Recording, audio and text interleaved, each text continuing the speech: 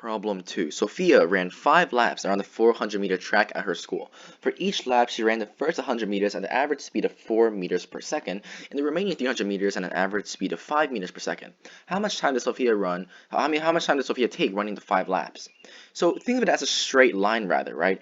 This 400-meter track. If I take this 400-meter track and cut it right here, then this becomes a straight line with 400 meters, which is much easier to visualize. So that's the first thing to do. Now, she ran the first 100 meters, so this is the 100 meters, right? An average speed of 4 meters per second. Now, what's next, right? The next, we said that the remaining 300 meters, so this is 300 meters, at 5 meters per second, right? Okay, so now how much time does she take running 5 laps? Well, how much time does she take to do 1 lap? Well, 1 lap is 400 meters. And we know how much time she takes per section, right?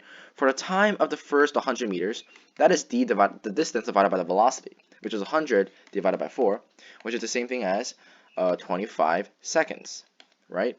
So that's 25 seconds. Now let's consider the for T300, right? T300 is distance of 300 divided by 5, which is 60 seconds.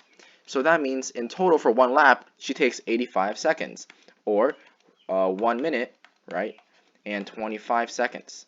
So if that's the case, then we basically solved the question because we ran 5 laps. So 5 laps means we multiply 1 minute, right, and 25 seconds by 5, which is the same thing as 5 minutes, right, and 125 seconds.